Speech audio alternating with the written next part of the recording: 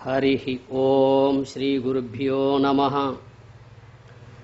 సర్వాధిష్టానమైన పరమాత్మకు నమస్కరిస్తూ లోకోద్ధారకులైన మహాత్ములందరికీ వందనములర్పిస్తూ మీ అందరి హృదయాలలో ఉన్న ఆత్మస్వరూపానికి నమస్కరిస్తూ, దివ్యాత్మస్వరూపులారా, జగద్గురు వేదాంతం లక్ష్మణార్యులు వ్యాఖ్యానించిన శ్రీ స్వరాజ్య భగవద్గీత ద్వితీయ అధ్యాయం సాంఖ్యయోగం.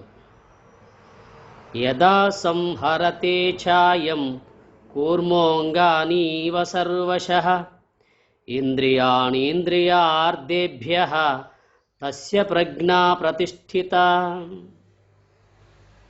భగవద్గీత 2వ అధ్యాయం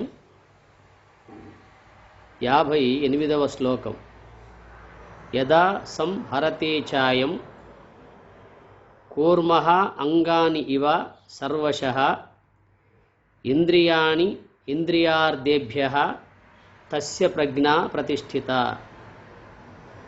యదా అయం, ఎప్పుడు ఈ యోగి, ఇంద్రియార్థేభ్యః శబ్దస్పర్శ రూపరసగంధ విషయముల నుండి, ఇంద్రియాణి శ్రోత్రాది ఇంద్రియములను, కూర్మః సర్వశః తాబేలు అంతటను, అంగానీవ సంహరతి అంగముల వలె ఉపసంహరించుకొనుచున్నాడో, తదా తస్య అప్పుడు ఆ యోగి యొక్క ప్రజ్ఞ ప్రతిష్ఠిత, ప్రజ్ఞ మిగుల స్థిరమైనది. అర్జున, ఎప్పుడు ఈ యోగి శబ్దస్పర్శ రూపరసగంధ విషయముల నుండి శ్రోత్రాది ఇంద్రియములను తాబేలు అంతటను అంగముల వలె ఉపసంహరించుకొనుచున్నాడో, అప్పుడు ఆ యోగి యొక్క ప్రజ్ఞ మిగుల స్థిరమైనది అని పరమాత్మ అర్జునునితో ఈ విధంగా అంటున్నాడు. అర్జున, తాబేలు ఏ విధంగానైతే తన అవయవాలను అవసరానికి మాత్రమే బయటికి తీసుకొని లేని పక్షములో లోనికి ముడుచుకుంటుందో, ఆ విధంగా ఏ యోగీశ్వరుడైతే శ్రోత్రాది ఇంద్రియములను శబ్దస్పర్శ రూపరసగంధముల నుండి ఏ విధంగానైతే తాబేలు ఉపసంహరించుకున్నట్లుగా ఉపసంహరించుకుంటాడో, అప్పుడు ఆ యోగి యొక్క ప్రజ్ఞ మిగుల స్థిరమైనది అని తాబేలును ఉపమానంగా చూపి, యోగి అనేవాడు, మహాత్ముడు అనేవాడు ఆ విధంగా ఉంటాడు అని తెలియజేస్తున్నాడు. తాబేలు యొక్క గుణగణాలను మనం తెలుసుకున్నట్లయితే అది ఉభయచరము. అది నీళ్లలోనూ ఉండగలుగుతుంది, బయట కూడా ఉండగలుగుతుంది. బయట నేల మీద ఉండగలుగుతుంది, నీళ్లలోనూ ఉండగలుగుతుంది. అట్లాగే తాబేలు యొక్క లక్షణము ఇంకా విచారించినట్లయితే, తాబేలు దానికి ఏ చిన్న హాని అనేది సూచించినప్పటికి కూడా సడన్ బ్రేక్, వెంటనే తన అవయవాలను లోనికి ముడుచుకొని ఉంటుంది. అవసరానికి మళ్ళీ బయటికి తీసుకుంటుంది. అట్లాగే లోకంలో మహానుభావులైన వాళ్ళు కూడా వాళ్లకు మనలాగే సర్వేంద్రియముల యొక్క ఉనికి ఉంది. అయినప్పటికీ వాళ్ళు సామాన్యుల వలె ఇంద్రియాలను ఇష్టం వచ్చిన మార్గంలో ఉంచరు. అవసరానికి మాత్రమే ఉపయోగించుకొని లేని పక్షంలో వాళ్ళ స్థితి యందు వాళ్ళు ఉంటారు. ఎట్లయితే తాబేలు అవసరానికి మాత్రమే తన అవయవాలను బయటికి తీసుకొని వ్యవహరిస్తుందో, అట్లాగే మహాత్ములు కూడా ఆ విధంగా ఉంటారు. అందుకే తాబేలు అంత గొప్ప విశిష్టత గలదే. దేవాలయములందు దాన్ని ప్రతిష్ఠిస్తారు. అనగా జ్ఞాని యొక్క లక్షణాలు తాబేలు యందు చూసుకునే విధంగా మనకు కనబడుతుంది. తాబేలును దేవాలయాల్లో ప్రతిష్ఠించడం అనేది కారణం ఇదే. ఎందువల్ల అంటే అలాంటి సర్వేంద్రియ నిగ్రహం గలవాడికి మాత్రమే దైవ దర్శనం కలుగుతుంది అని చెప్పడానికి అదొక సూచకం. మన శాస్త్రాల్లో చెప్పబడిన, మన మహాత్ములు తెలుపుతున్నటువంటి ఏ ధ్యాన మార్గమైతే, యోగ మార్గమైతే ఉందో, అట్టి యోగమునందు, ధ్యానమునందు ఉన్నవాడికి ఇంద్రియ నిగ్రహం కలిగి ఉంటాడు గనక, అలా సర్వేంద్రియ నిగ్రహములు కలిగిన వాడికి మాత్రమే ఆత్మసాక్షాత్కారం సిద్ధిస్తుంది అని చెప్పడానికి అదొక శుభసూచకం. అందుకే తాబేలును ఉపమానంగా తీసుకొని శ్రీకృష్ణ పరమాత్మ ఇక్కడ అర్జునుడికి తెలియజేస్తున్నాడు. అర్జున, ఏ మహానుభావుడైతే శబ్దస్పర్శ రూపరసగంధముల నుండి శ్రోత్రాది ఇంద్రియములను తాబేలులాగా ఉపసంహరించుకొనుచున్నాడో ఆ యోగి యొక్క ప్రజ్ఞ మిగుల స్థిరమైనది, అంటే గొప్ప స్థిరమైనది అని చెబుతున్నాడు. ఇంద్రియైరధ్యంతే అభిలష్యంత ఇది ఇంద్రియాః. ఇంద్రియములు అంటే తెలియజేస్తున్నాడు. ఇంద్రియైః అర్ధ్యంతే అభిలష్యంత ఇది ఇంద్రియాః, ఇంద్రియార్థాః. అది ఇంద్రియముల చేత అభిలషింపబడునవి కనుక ఇంద్రియార్థములు, ఇంద్రియముల చేత కోరబడేవి కనుక ఇంద్రియార్థములు. ఇంద్రియార్థములంటే శబ్ద, స్పర్శ, రూప, రస, గంధ. శ్రోత్రేంద్రియం ఎప్పుడు శబ్దాలు వినగోరుతుంది, నేత్రేంద్రియం ఎప్పుడు దృశ్యాలను చూడగోరుతుంది, త్వగింద్రియం ఎప్పుడు స్పర్శను కోరుతూ ఉంటుంది, స్పర్శ జ్ఞానాన్ని. అట్లాగే జిహ్వేంద్రియం ఎప్పుడు రుచులు కోరుతూ ఉంటుంది, ఘ్రాణేంద్రియం ఎప్పుడు గంధాన్ని ఆస్వాదింపగోరుతుంది. ఈ విధంగా ఇంద్రియముల ద్వారా అభిలషింపబడేవి గనుక ఇంద్రియార్థములు అన్నారు. అందుకే ఇంద్రియములకు విషయములు ఇంద్రియార్థాలు. శ్రోత్రేంద్రియ విషయం శబ్దము, నేత్రేంద్రియ విషయం దృశ్యము, ఘ్రాణేంద్రియ విషయము గంధము, జిహ్వేంద్రియ విషయము రుచి రసము, త్వగింద్రియ విషయము స్పర్శము. ఈ విధంగా ఇంద్రియములకు ఆహారమే ఇంద్రియార్థములు. అందువల్ల ఇంద్రియములచే అభిలషింపబడునవి కనుక ఇంద్రియార్థములు అన్నారు. కుత్సితః ఊర్మిన్ వేగః అస్య కూర్మః. తాబేలు యొక్క విషయాన్ని ఇక్కడ ఉత్పత్తి పదంలో తెలియజేస్తున్నాడు.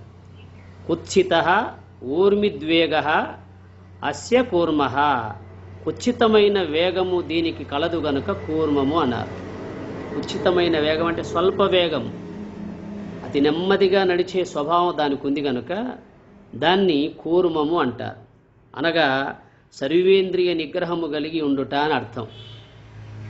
తాబేలు ఎంత నెమ్మదిగా ప్రయాణం చేస్తుందంటే, లోకంలో మహానుభావుడైన వాడు, జ్ఞాని అయినవాడు ఇంద్రియములను ఆ విధంగా ప్రశాంతంగా ఉంచగలడు.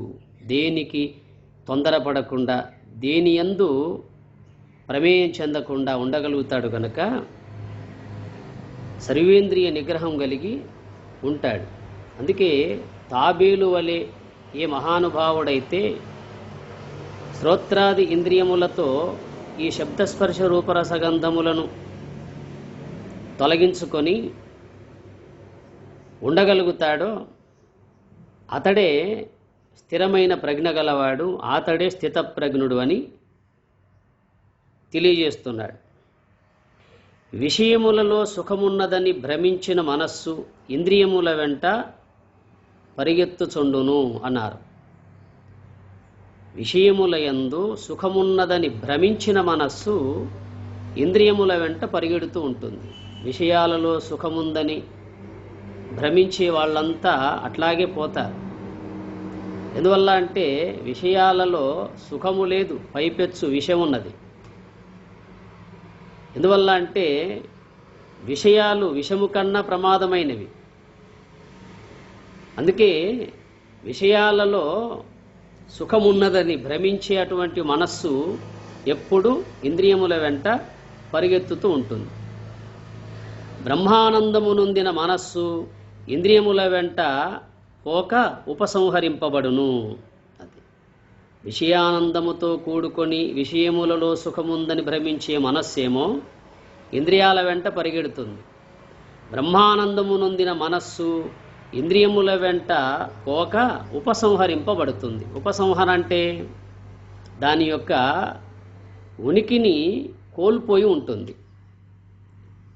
మనస్సు యొక్క సంకల్ప వికల్పాలతో కూడినటువంటి ఒక తొందరను అది మానుకొని ఉంటుంది. ఏ మనస్సు? బ్రహ్మానందము నొందిన మనస్సు. బ్రహ్మానందము నొందిన మనస్సు విషయాల వెంట పోక అది ఉపసంహరింపబడుతుంది.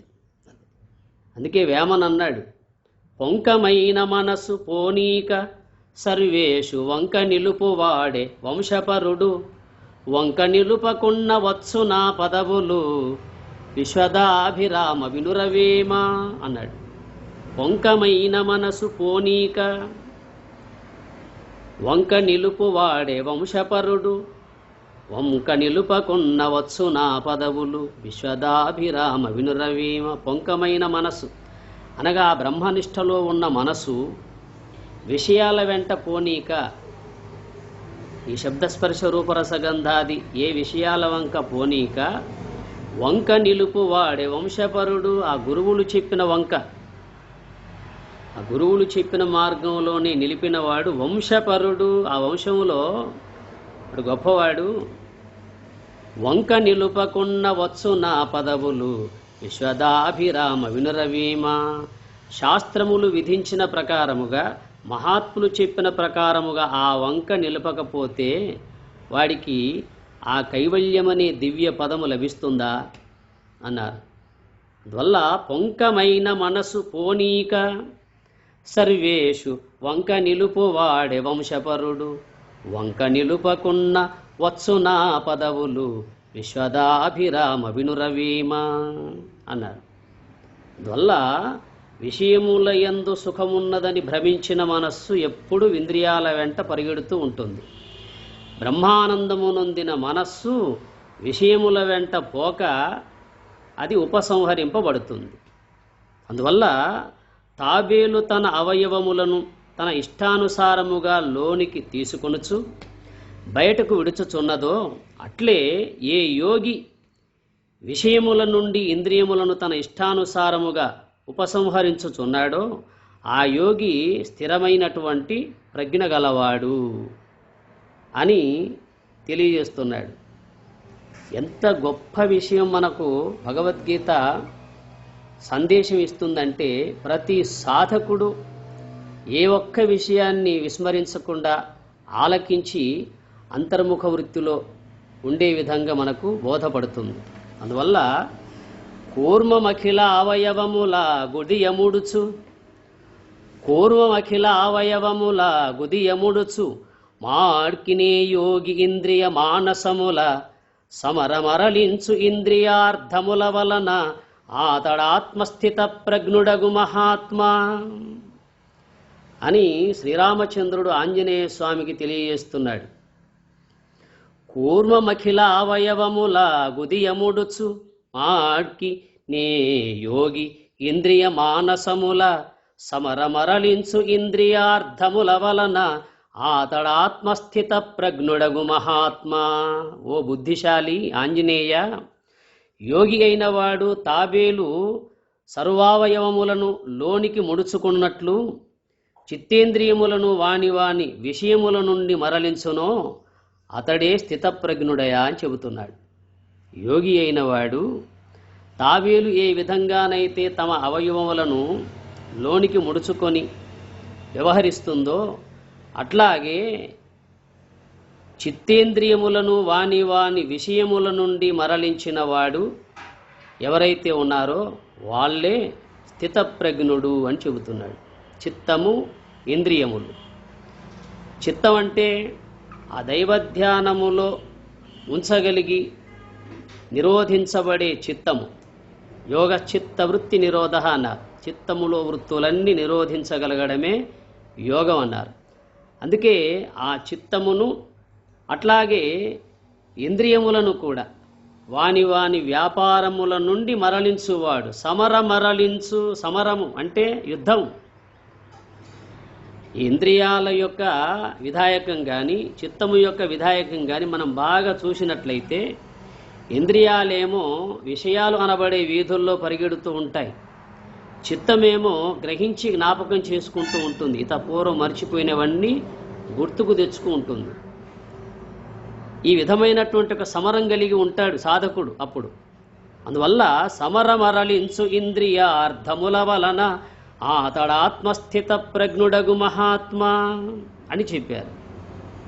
అందువల్ల ఏ మహానుభావుడైతే తాబేలులాగా తన అవయవములను లోనికి ముడుచుకొని వ్యవహరిస్తుంటాడో, అట్లాగే యోగి అయిన వాడు, అంతర్ముఖ వృత్తి రూప ధ్యానమగ్నుడైన వాడు, ఏ మహానుభావుడైతే తన చిత్తమును ఇంద్రియములను వాటి వాటి వ్యాపారముల నుండి మరల్చి ఆ పరమాత్మ యందు నిలపగలుగుతాడో, స్థిరంగా ఉంటాడో, అతడే స్థితప్రజ్ఞుడు అని చెప్పబడుతుంది. అందువల్ల స్థితప్రజ్ఞుని యొక్క లక్షణాలను ఇంత గొప్పగా భగవద్గీతలో మనకు తెలిపి ఉన్నాడు గనకనే భగవద్గీత భగవంతుడు చెప్పినది. భగవంతుడు సత్యం చెబుతాడు, అసత్యం చెప్పడు. అసత్యం చెప్పేవాడు జీవుడు. ఎందుకంటే అజ్ఞానబద్ధుడు, అవిద్యాబద్ధుడు, తెలియనితనముతో కూడుకున్నవాడు జీవుడు కనుక అబద్ధం చెబుతాడు. కానీ దేవుడు అబద్ధం చెప్పడు, నిజమే చెబుతాడు. దేవుడు చెప్పినట్టుగానే లోకంలో వ్యవహరింపబడుతుంది. దేవుడు చెప్పినట్టుగానే చెవి వింటుంది, కన్ను చూస్తుంది, ముక్కు వాసన గ్రహిస్తుంది, నాలుక రుచిని గ్రహిస్తుంది, చర్మేంద్రియం స్పర్శని కలిగి ఉంది. ఇది దైవ నిర్మాణం. ఈ దైవ నిర్మాణము ఎలా జరిగిందో అలాగే కొనసాగాల. అంతేగాని జీవుడు అబద్ధం చెబుతాడు. నేనే వింటున్నానంటాడు, నేనే చూస్తున్నానంటాడు, నేనే వాసన గ్రహిస్తున్నానంటాడు, నేనే రుచిని గ్రహిస్తున్నానంటాడు, నేనే అన్ని వ్యవహరిస్తానంటాడు, నేనే నేనే అని అంత అబద్ధం చెబుతాడు. జీవుడు దేని నుండైతే ఇంతటి ఉనికి కలిగి ఉన్నాడో ఆ విషయం తెలియక ఎప్పుడు అబద్ధమే చెబుతాడు. ఇంద్రియాలు ఆత్మస్వరూపాన్ని ఆధారం చేసుకొని వ్యవహరిస్తూ ఉంటే నేనే వ్యవహరిస్తున్నాను అనుకుంటాడు. మనస్సు ఆత్మస్వరూపాన్ని ఆధారం చేసుకొని సంకల్పిస్తే నేనే సంకల్పిస్తున్నానంటాడు. బుద్ధి ఆత్మస్వరూపాన్ని ఆధారం చేసుకొని నిశ్చయం చేస్తూ ఉంటే నేనే ఆ బుద్ధికి ఆధారం అంటాడు జీవుడు. ఇట్లా ప్రతి విషయాన్ని తనపై వేసుకుంటాడు. నేను చేస్తున్నా, నేను చూస్తున్నా, నేను తింటున్నా, నేను తిరుగుతున్నా, అన్నీ నేను నేను నేను అని భ్రమించి తిరిగేవాడు జీవుడు. ఈ భ్రాంతి జ్ఞానాన్ని తొలగించడానికే భగవంతుడు సత్యం చెబుతున్నాడు. అందువల్ల విషయములలో సుఖమున్నదని భ్రమించినటువంటి ఒక మనస్సు ఎప్పుడు ఇంద్రియాల వెంట తిరుగుతూ ఉంటుంది. బ్రహ్మానందము చేత తృప్తి పొందిన మనస్సు అది ఉపసంహరింపబడి ఉంటుంది, నిస్సంకల్ప స్థితిలో ఉండగలుగుతుంది. అందువల్ల తాబేలు ఏ విధంగానైతే తన అవయవాలన్నిటినీ తన ఇష్టానుసారంగా లోనికి ముడుచుకొని బయటకు విడుస్తూ ఉంటుందో, అట్లే యోగి అయిన వాడు విషయముల నుండి ఇంద్రియములను తన ఇష్టానుసారముగా ఉపసంహరిస్తూ ఉన్నాడో ఆ యోగి స్థిరమైన వాడు, అతడే స్థితప్రజ్ఞుడు అని చెప్పబడుతుంది. అందువల్ల స్థితప్రజ్ఞుని యొక్క ఇంతటి గొప్ప విషయాన్ని కేవలం ఒక అర్జునునికి మాత్రమే చెప్పడం లేదు, ప్రపంచంలో గల ప్రతి మానవుడికి పరమాత్మ తెలియజేస్తున్నాడు. ఎందువల్ల అంటే ప్రతి మానవుడిలో ఆత్మ వస్తూ ఉంది. ప్రతి మానవుడిలో మనస్సు, బుద్ధి, చిత్తము, అహంకారము, ఇంకా జ్ఞానేంద్రియాలు, కర్మేంద్రియాలు ఇవన్నీ ఉన్నాయి. ఇవన్నీ ఉన్నాయి గనకనే ప్రపంచంలో వ్యవహరిస్తూ ఉన్నాడు. మరి అట్టి వ్యవహరిస్తున్నటువంటి ఒక జీవుడు దేవుని వైపు పయనించినప్పుడు ఎలా ఉంటాడో, ఏ స్థితి కలిగి ఉంటాడో, ఎంతటి గొప్పవాడో అన్న విషయాన్నంతా ఈ స్థితప్రజ్ఞ లక్షణాలు మనకు తెలియజేస్తున్నాయి. అందువల్ల ప్రతి ఒక్కరూ భగవద్గీతలో చెప్పబడినటువంటి యొక్క భగవాన్ ఉవాచ అనే శ్లోకాన్ని దాన్ని బాహ్యార్థంగానే కాకుండా అంతరార్థంగా విచారించినట్లయితే మనకు కూడా అంతర్ముఖ వృత్తి సిద్ధిస్తుంది, ఆత్మైక్య సిద్ధి కలిగే అవకాశం ఉంటుంది. అందువల్ల ప్రతి ఒక్కరూ విషయ ప్రపంచానికి దూరంగా ఉండి మహాత్ములు చెప్పిన మార్గాన్ని అవలంబించగలిగితే ఆ మహనీయ తత్వాన్ని పొందగలం. అట్టి స్థితి సద్గురునాథుడు సర్వేశ్వరుడు మీ అందరికీ కలిగించుగాక అని కోరుతూ తదీశ్వరుణ్ణి ప్రార్థిస్తూ హరి ఓం తత్సత్.